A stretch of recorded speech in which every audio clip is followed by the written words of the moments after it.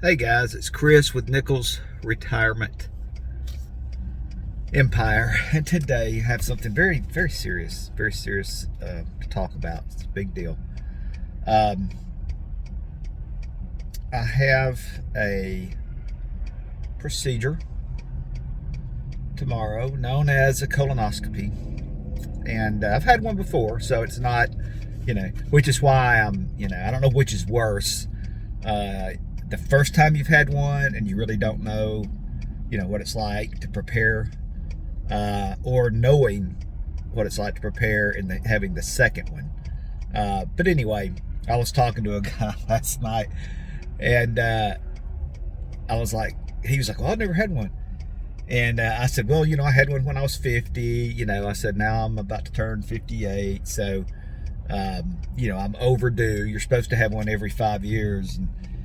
And he was like, really? And so anyway, we were talking about it. And I was like, you know what? I said, even if these things were free, if they paid me, I wouldn't want to do it every 5 years. It's terrible. But anyway, that's not the point of this whole video conversation. The real point is this. I have my last meal before I begin my preparations. For your last meal, you want something really good. And so I really like Mexican food. So I'm like, I'm going to go to the Mexican restaurant. I'm going to drive to town. Tammy's got stuff to do today, so I'm going to drive to town by myself. I'm going to get myself a nice Mexican meal at the restaurant. And it wasn't that good.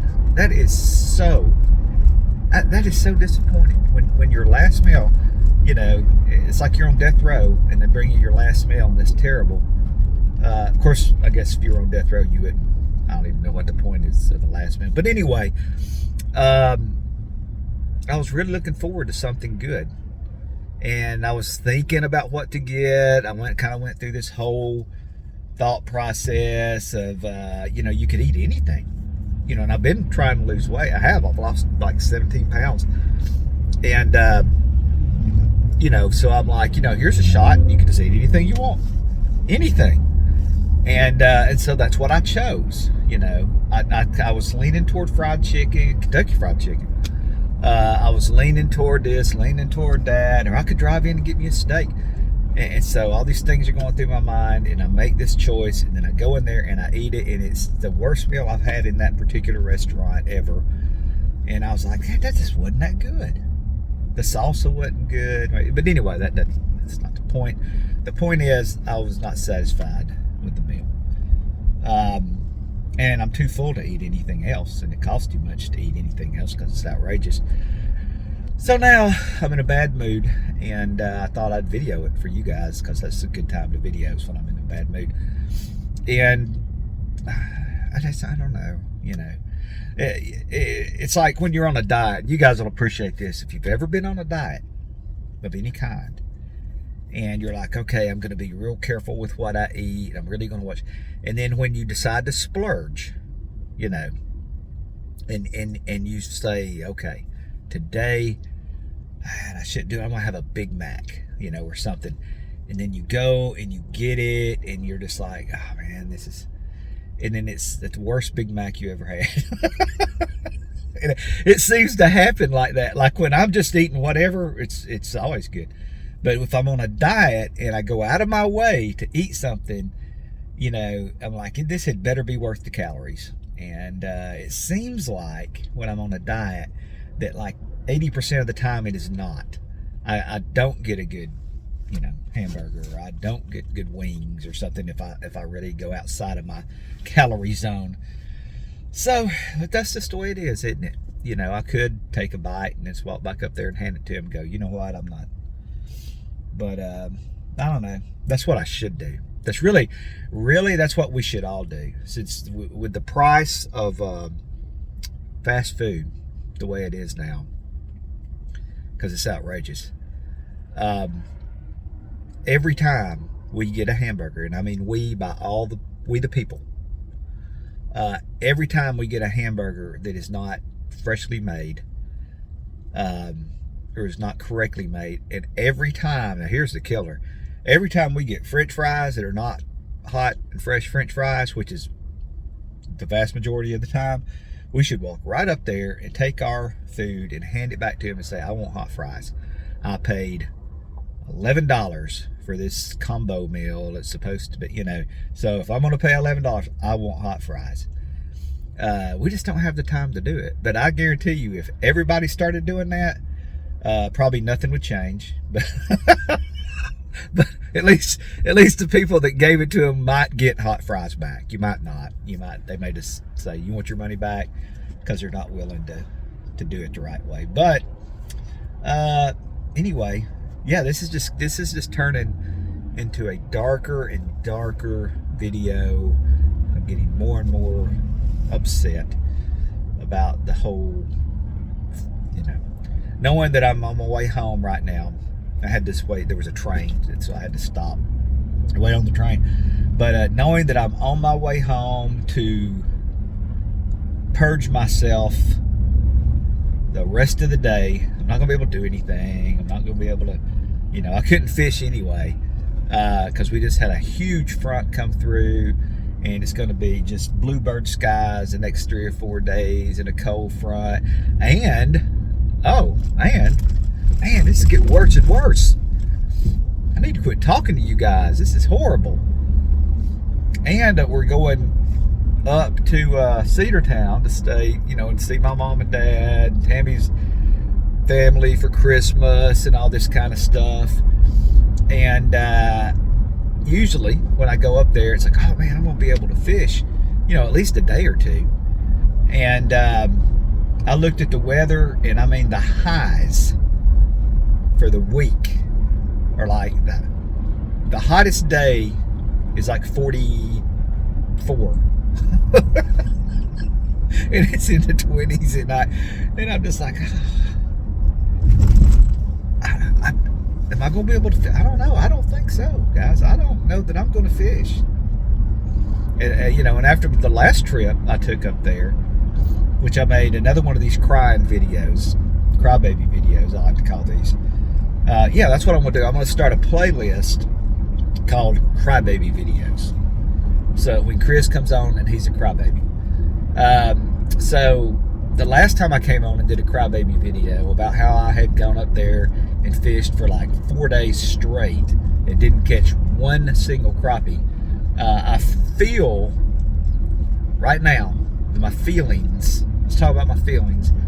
I feel like if I went up there and I crappie fished for 4 straight days, starting next week, that I would get the same results as I got.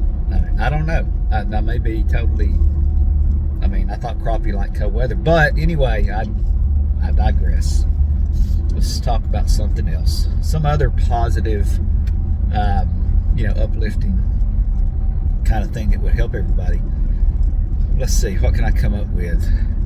Nothing. My mind's blank. My mind is blank. I've told you guys before, if you're a man, the way that you think is you think in boxes. And when my mind gets in a certain box, I'm in that box. I can't think about other things. That's why men do such a great job at work. Because when they go to work, if they're a mechanic and they go to work and they get in their mechanic box in their brain, then all they think about at the time that they're doing it is their mechanicking. That's it. They're totally focused, totally into that box.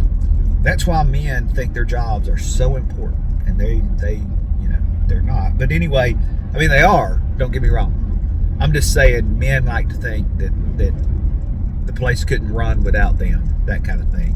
Like me, when I left, quit being an assistant principal, and I went home, I thought, man, they're going to be calling me all the time and asking me what to do, now that I'm gone, because, man, I made that place run. It's going to fall apart without me, and they replaced me like the next day and never called me again, So I found out real quick.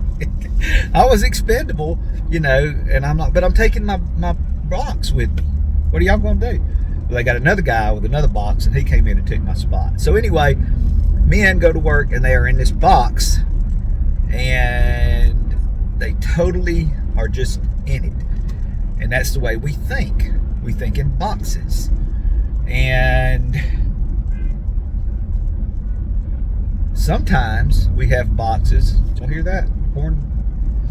Sometimes we have boxes that are like just completely and totally empty boxes. I mean, there's nothing in them. So sometimes, if your husband or your son or some male coworker or whatever looks at you and you say, "What are you thinking?"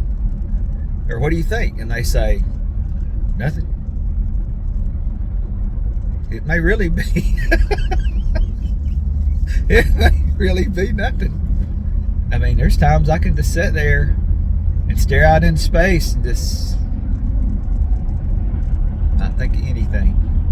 It's just bliss, really. It is. You've heard the term ignorance is bliss. That's what I need, some bliss right now. I need to go home, get in my preparation for colonoscopy box, and empty my mind and other things as I prepare for this procedure.